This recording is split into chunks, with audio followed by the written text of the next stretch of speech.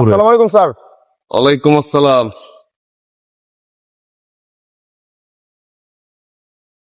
ভালো আছেন? ভালো, কিন্তু তুমি জানো কে? আগে একবার পরিচিত হয়েছিলাম, যাজ্ঞা আবার পরিচিত হই, সমস্যা নাই। আমি নতুন ড্রাইভার, মুবারক। ড্রাইভার নতুন হইলেও হাত কিন্তু বাঁকা। স্যার আমাদের গ্রামেরই, এদিকেই থাকে। ও আচ্ছা আচ্ছা, ভালো ভালো। ভালো আছো? ও আলহামদুলিল্লাহ ভালো আছি।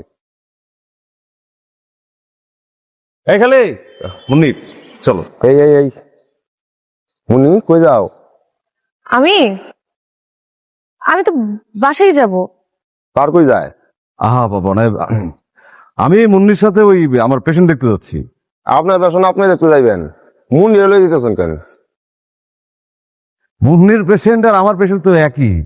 মুন্নি আমার আন্ডারে চাকরি করে, আমি ওকে নিয়ে কখন কোথায় যাব না যাবো এটা নিয়ে তোমার তো মাথা ব্যথা কেন?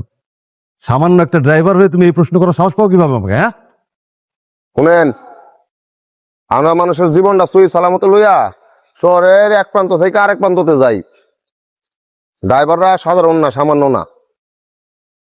আর আমি আপনার চাকরি করি না যে আপনারা আমি প্রশ্ন করতে পারুম না। শোনো, মুন্নি আমার কোম্পানির কেয়ার গিভার, ওর দেখাশোনা করার দায়িত্ব আমার। ফার্দার আর কখনো ওর বিষয়ে কোনো নাক গলাবা না, কোনো প্রশ্ন করবা না আমাকে। মুন্নি আমার গ্রামের মাইয়া, আর বাপে আমার দায়িত্ব দিছে আর দেখভাল করার লাইগা। মুন্নি আয়ো। স্যার আসেন না আমাদের সাথে, ও তো আমাদের সাথে যাবে, একসাথে যাই। হ্যাঁ বোন বোন, ওই সামনে বোন। কোনো দরকার নেই, মানে হয়েছে কি, আমার অন্য একটা কাজ পড়ে গেছে, তুমি যাও বরঞ্চ। জানতাম যাইবো না। শুনেন, যার সাথে যা ইচ্ছা খুশি করেন, মুন্নির দিকে বদনজর দিয়েন না।